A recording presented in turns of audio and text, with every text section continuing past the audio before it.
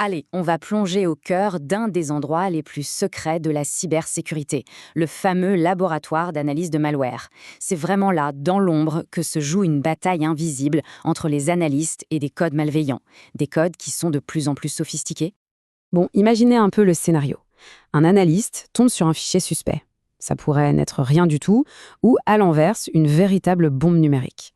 Et là, c'est le grand dilemme. Il faut bien l'ouvrir pour comprendre ce que c'est, mais un seul clic, et ça pourrait être la catastrophe sur tout le réseau. Alors comment on fait? Heureusement, il existe une technologie conçue précisément pour ça, pour désamorcer cette bombe. La solution, en fait, c'est de construire un environnement spécial, un véritable laboratoire de confinement numérique. C'est un endroit où l'on peut faire détonner cette bombe potentielle en toute sécurité, juste pour étudier l'explosion. Et cet environnement, ça porte un nom, la sandbox. C'est la pièce maîtresse du dispositif. Pensez à une sorte de chambre forte, complètement scellée. À l'intérieur, on peut exécuter le fichier suspect, observer son comportement, noter absolument tout ce qu'il essaie de faire, le tout sans aucun risque pour le monde extérieur. Alors, comment on construit ce laboratoire? C'est assez simple, en 3 grandes étapes. D'abord, on prépare la chambre d'isolement. C'est une machine virtuelle, notre cobaye. Ensuite, on installe des capteurs partout pour tout observer, tout enregistrer. Et enfin, l'étape mais alors la plus cruciale, on scelle toutes les issues. On coupe complètement l'accès au monde extérieur. Bon, voilà, le labo est prêt.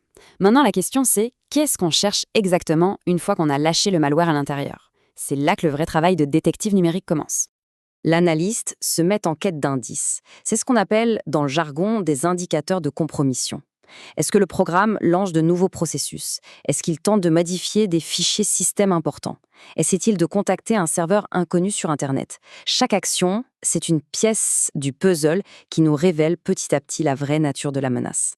Et c'est ça, le point crucial.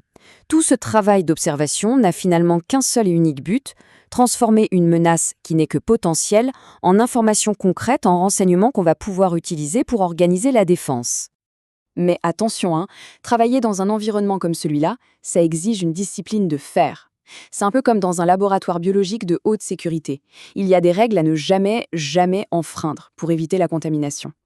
La règle d'or, la plus importante de toutes, c'est l'isolement réseau total. Il faut vraiment voir le laboratoire comme une cage de Faraday numérique. Il ne doit jamais, sous aucun prétexte, y avoir de passerelle vers Internet ou le réseau de l'entreprise. C'est absolument non négociable. Parce qu'une seule erreur, une seule connexion oubliée, et la bête s'échappe, transformant l'environnement d'analyse en point de départ d'une véritable infection. Et au-delà de cette règle d'or, il y a toute une checklist de sécurité à respecter. On part toujours d'une image propre du système, ce qu'on appelle un snapshot, qu'on peut restaurer à tout moment. On coupe tous les ponts entre la machine de l'analyste et la sandbox, donc pas de copier-coller, et les échantillons de malware, on les stocke toujours dans des archives chiffrées. Chaque petit détail compte pour que la cage reste parfaitement étanche. Maintenant, il faut savoir qu'il y a 2 grandes philosophies, 2 grandes manières de mener l'enquête à l'intérieur de la sandbox. Soit on laisse des robots faire le gros du travail, soit on y va soi-même, avec sa loupe de détective. D'un côté, on a l'approche automatisée. On utilise des outils comme QQ Sandbox. On lui donne le fichier et hop, il nous sort très vite un rapport complet de tout ce qu'il a vu. De l'autre côté, il y a l'approche manuelle, avec des outils comme Remnux. Là, le travail est plus lent, plus artisanal, on va dire, mais il permet de décortiquer les mécanismes les plus subtils de la menace. Pour résumer cette différence, en fait, c'est très simple. L'analyse automatisée avec Coucou, elle nous dit qu'est-ce que le malware fait. L'analyse manuelle avec Remnux, elle nous explique comment il le fait et surtout pourquoi il le fait. Et bien sûr, les deux sont absolument complémentaires.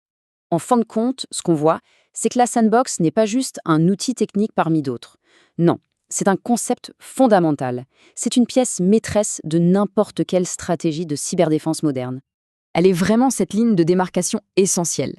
D'un côté, il y a le chaos potentiel d'une infection qu'on ne contrôle pas. De l'autre, on a un cadre d'analyse super rigoureux qui permet de transformer ce chaos en connaissance pure. C'est là que la peur de l'inconnu se transforme en une stratégie de défense bien informée. Sauf que cette course à l'armement, elle n'en s'arrête jamais. Les attaquants créent déjà des malwares conscients de nos laboratoires, des malwares capables de rester dormants quand ils se sentent observés. Du coup, la question qui se pose aujourd'hui, elle est simple.